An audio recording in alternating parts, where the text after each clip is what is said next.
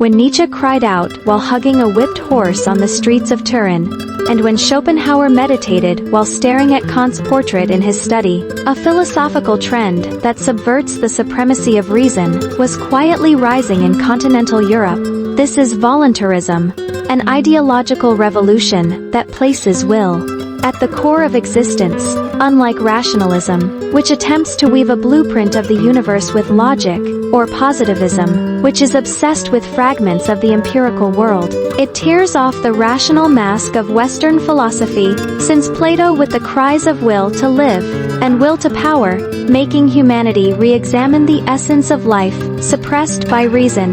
From Schopenhauer's pessimistic redemption, to Nietzsche's declaration of the Superman, voluntarists, with their wild philosophizing, lit a torch to question the meaning of existence on the ruins of reason. The birth of voluntarism stems from a profound rebellion against the traditional Western rationalist philosophy.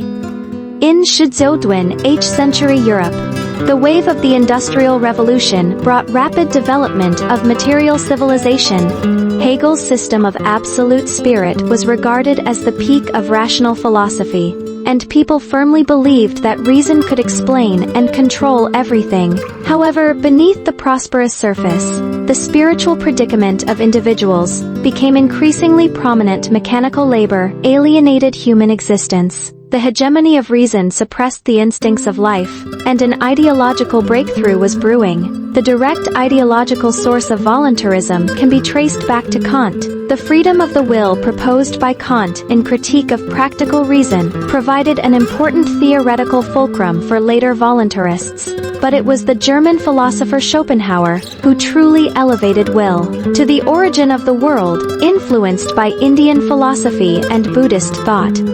He broke Hegel's rational dream and declared that the world is my representation, and the essence behind the representation is will to live, a blind primitive impulse to pursue survival and reproduction. This assertion marked the official birth of voluntarism. In the mid to late 19th century, the emergence of Nietzsche pushed voluntarism to its climax. He criticized the suppression of the will to live by traditional morality and Christian culture, put forward the shocking declaration that God is dead, and advocated replacing the will to live with will to power, emphasizing that the essence of life is a force of constant self-transcendence and self-creation. Meanwhile, the Danish philosopher Kierkegaard, with his profound insight into individual existence, became an important representative of voluntarism in the field of religious philosophy. He focused on human choice and decision, regarding will as a bridge for individuals to communicate with God. The core proposition of voluntarism is to establish will as the ultimate essence of the universe and life, completely subverting the hegemony of reason in philosophy.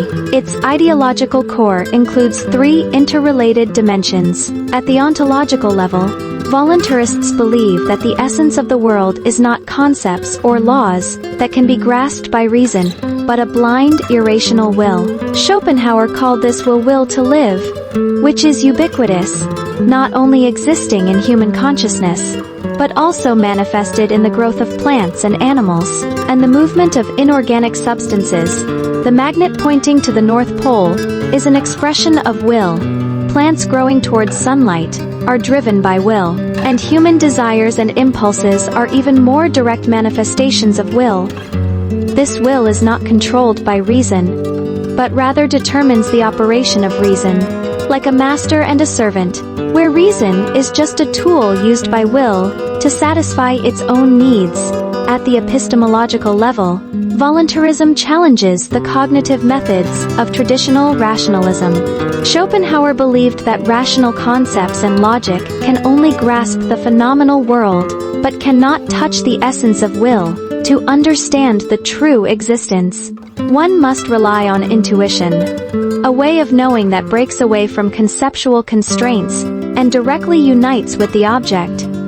Nietzsche went further, regarding reason as a product of will to power, believing that the so-called truth is nothing but a narrative created by the strong to consolidate their position, and true knowledge should serve the self-improvement of life. At the axiological level, Voluntarism advocates revaluing all values, and opposes taking reason and morality as the standards for measuring values. Schopenhauer saw the pain brought by the blindness of the will to live the satisfaction of desires will only bring new desires, and the endless pursuit will eventually lead to nothingness. Therefore, he advocated getting rid of the control of will through artistic appreciation and asceticism to achieve liberation. Nietzsche criticized the slave morality of Christianity for suppressing the will of the strong, calling on people to carry forward the will to power and become supermen, that is, strong people who can legislate for themselves,